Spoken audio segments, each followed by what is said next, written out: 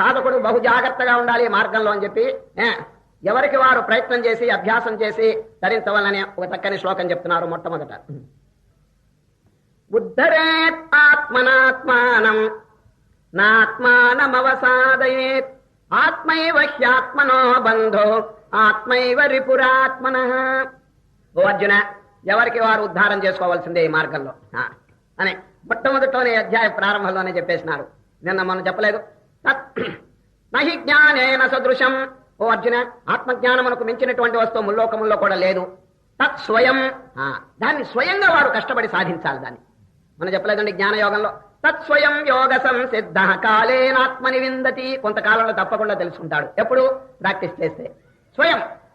అయితే మీరు అడగచ్చు, గురువు అవసరం లేదా అని మీరు అడగచ్చు. అవసరమే. ఎంతవరకు? డైరెక్షన్ చూపిస్తారే గాని నడవలసింది వీడే, శిష్యుడు.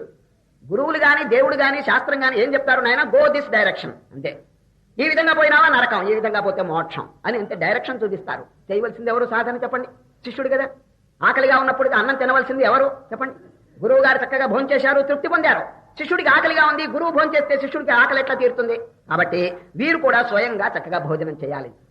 అందువల్ల ఉద్ధరేతాత్మనాత్మానం నాత్మానమవసాదయేత్ ఆత్మైవ హ్యాత్మనో బంధురాత్మైవ రిపురాత్మనః. తన ఇంద్రియములు కనుక తాను జయించుకుంటే బంధు పక్కన ఉన్నట్లే అన్నారండి శ్రీకృష్ణుడు. మనస్సును ఇంద్రియములు కనుక క్యాప్చర్ చేసి దాని కంట్రోల్లో పెట్టుకుంటే అప్పుడు ఇంద్రియాలండి మనకి సహాయపడతాయి. ఏ విధంగా? ఒక బంధువు కనుక పక్కన ఉంటే ఎంత హెల్ప్ చేస్తాడు చెప్పండి. అది శత్రువు పక్కన ఉంటే మనకి బాధ చేస్తాడు. అది ఇంద్రియాలు కనుక జయించకపోతే మన లోపలే శత్రువులు ఉన్నట్టు.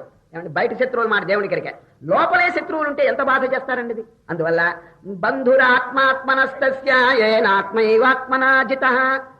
ఎవరు తన ఇంద్రియాలను జయించినారో వారికి బంధువులు పక్కన ఉన్నట్లే సహాయపడతారు. అది ఒకవేళ అట్లా జయించకపోతే రిపురాత్మ.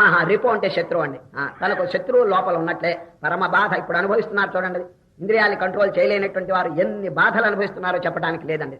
ఆ ఇంద్రియములు ముక్కుకి తాడు కట్టి లాగుతున్నాయండి. నువ్వు ఇట్లా పోతావా లేదా, నేను చెప్పినట్టు ఆచరిస్తావా లేదా.